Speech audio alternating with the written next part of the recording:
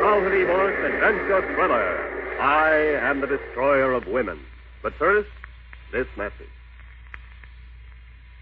You can always count on Mutual's corps of newsmen to bring you outstanding coverage of the tremendous news stories of the moment.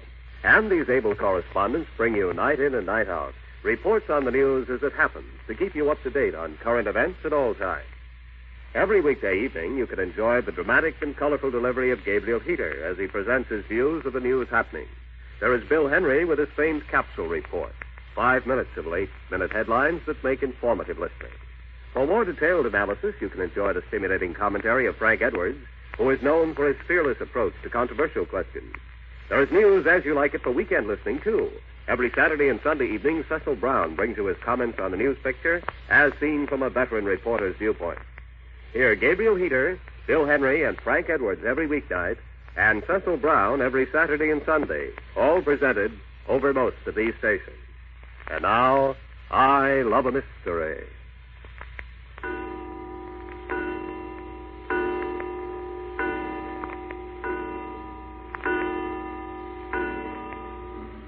Seven o'clock at night at the end of a cold, windswept day in a small second-rate California street hotel, somewhere in the neighborhood of Van Ness Avenue in the midst of the San Francisco metropolitan area.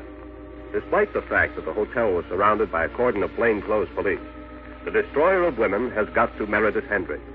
He has been definitely identified as Dr. Joseph C. Ryder, consulting psychiatrist. Consulting psychiatrist for the police department, if you please. And now he has vanished in the midst of a welter of police, and Mrs. Meredith Hendricks has vanished with him. Jack has got his own theory, and he and Doc have climbed to the 6th floor. But the police have been through every room on this floor, right down to the bureau door. I think Dr. Ryder waited until the police had finished searching this floor, and then I think he brought Meredith Hendricks up the fire escape.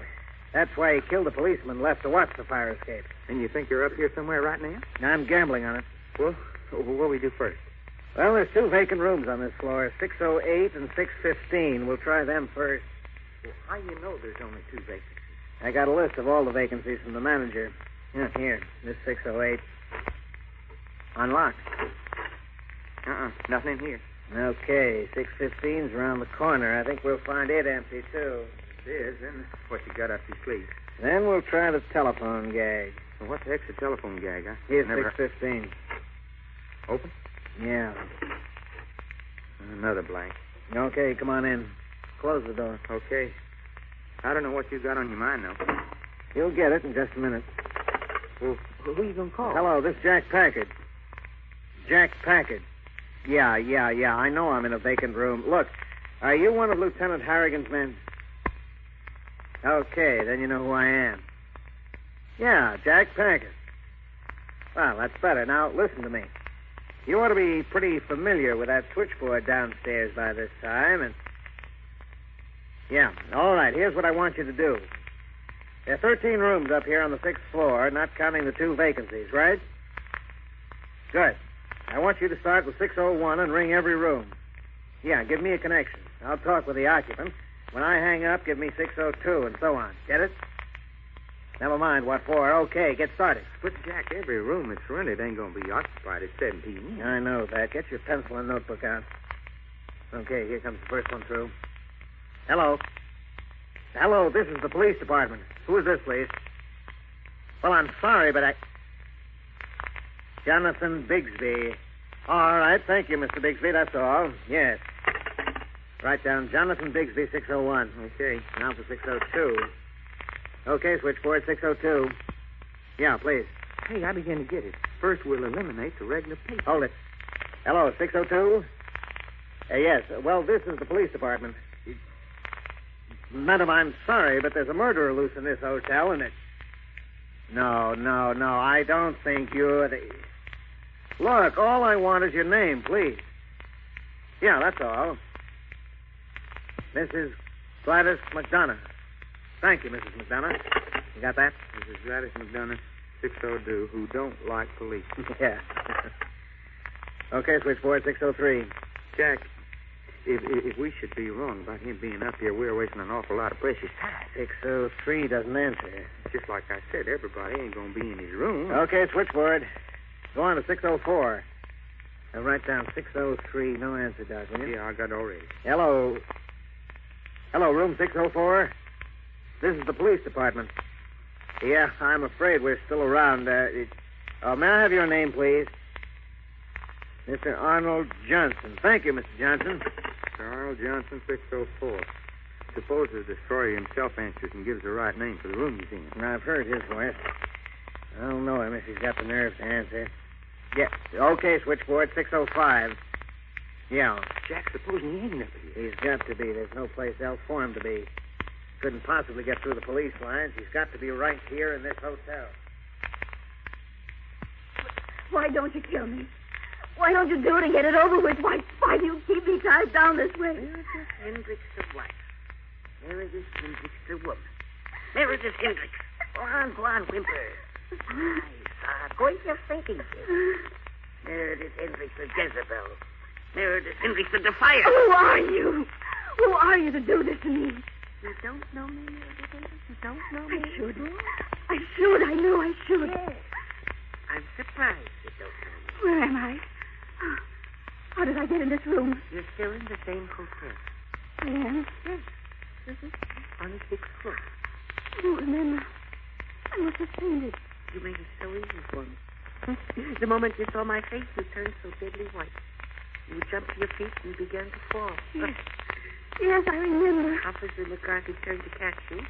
His back was towards you. It was so easy. So easy, and I liked it. I swung with all my strength. But why did he trust you? Why did he let you in? And, you don't remember me, Mrs. No. No, how can I? I tried and tried. I'm Dr. Joseph Ryder. Now perhaps you remember me. Dr. Ryder? Yes, look at me. Don't you recognize me? Dr. Joseph Ryder, the neurologist. Dr. Ryder, the psychiatrist. Oh, yes. Oh, yes, you came to see me at the nursing home. Of course. Of course I came to see you at the nursing home. Of course I did. You treated me like dirt under your feet. I didn't want. Yes, you did. Don't deny it. Don't try to deny it. What are you laughing at? You laughing at me, are you? Oh, it's crazy. It's insane. I only saw you 2 times. You came to question me about my condition. You sat in my room and talked to me about my mental condition. Yes, you thwarted me. You treated me like dirt under your feet.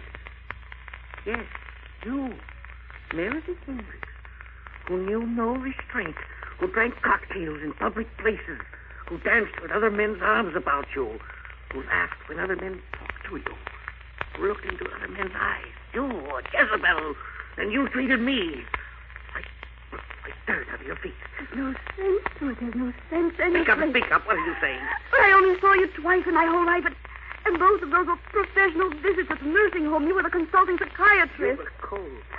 You treated me like dirt. Are you saying you were in love with me? Is that what you're saying? Totally, you want to humiliate me further. On your deathbed, you rise up to further drive in the knife. What are you talking about? How have I humiliated you? You remember. No, what is it? What did I do? When I was treating you, when I was talking to you, I asked you about your husband. Yes, of course. You said he was a large man, a tall man. I said small men have something in their favor, too, and you laughed. You laughed in my face. You made fun of me. But I wasn't making fun of you. Yes, you were. You were. Dr. Ryder, is that why you're trying to kill me? Is that what all this is about? While you were acting as a consulting psychiatrist, you fell in love with me. And then because I made a passing remark about small men. Dr. Ryder, is that why you killed my friend, Grace? Did she laugh in your face, too? Did you love her, too, and did she laugh at you? Women, scourge of the earth. The sooner the frivolous creatures are destroyed. You're an insane man, Dr. Ryder. You're a madman. Listen to me, Meredith Hendricks. I may not be able to make women respect me, but I have the power to make them fear me. And I have the strength and the will to destroy them. Women have treated you badly, so you'll become a killer of women. Is that what you're telling me? Now, Meredith Hendricks, the greatest pleasure of my life. The knife? Oh, no, the knife. It won't cut any deeper than the cutting word. Listen, there's somebody at the door. Now, that's just the old woman locked in the closet. Old woman locked? The old woman who occupies this room. I would have killed her. I will yet if she doesn't stop that far. Mr. Freely, Dr. Ryder, don't do this thing. Don't do this thing. It's such a useless, unnecessary, horrible thing. Telephone. Aren't you going to answer it? Or the old woman. I wonder if they know she's in. Yes. Yes, of course they do. Somebody will probably be right up here. You better get away from here while you can. Somebody's sure to come right up here. Another room and doesn't answer, huh? Yeah. That makes 4, 10, and 13 that haven't answered. She still ringing? Yeah. All right, switchboard, that's enough. If they don't answer by this time, they... What? What did you say? You say an old woman occupies 613? You know she's in. Hey. She's in, but she doesn't answer? Jack, maybe you're right. Okay, switchboard, never mind any more calls. Come on, Doc. Oh, man. You got something by the tail now. 613 should be 2 doors down. Take it on your tiptoes. It's too late. Hey, Jack, that's her. That is him.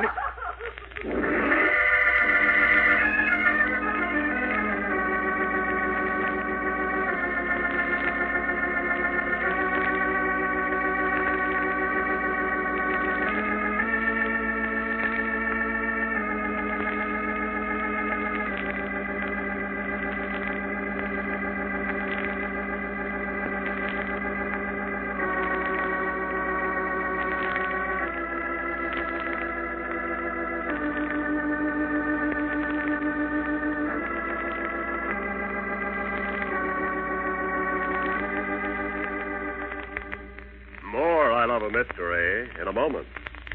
Air defense is not the responsibility of the military alone. Even with their widespread radar screens, they cannot entirely eliminate the possibility of enemy planes slipping through undetected. It is up to us, the civilians, to plug up these holes in our radar defenses. A bombing attack anywhere in the United States would affect each one of us. To prevent this possibility of surprise attack, the Ground Observer Corps has been formed. It is composed of civilians who each week give about 4 hours of their time to this vital skywatch.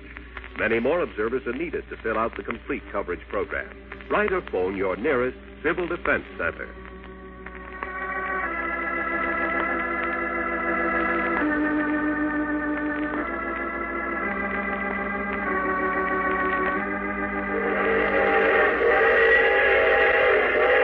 The further adventures of Jack and Doc will come to you tomorrow at the same hour when you hear Meredith Hendricks say... No! Doc, bust that door in. He's killing her. He's killing her.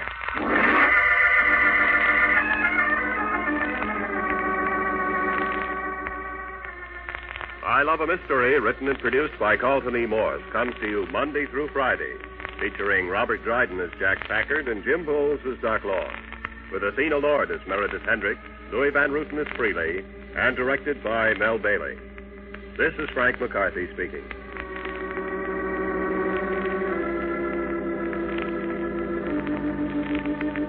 This is the Mutual Broadcasting System.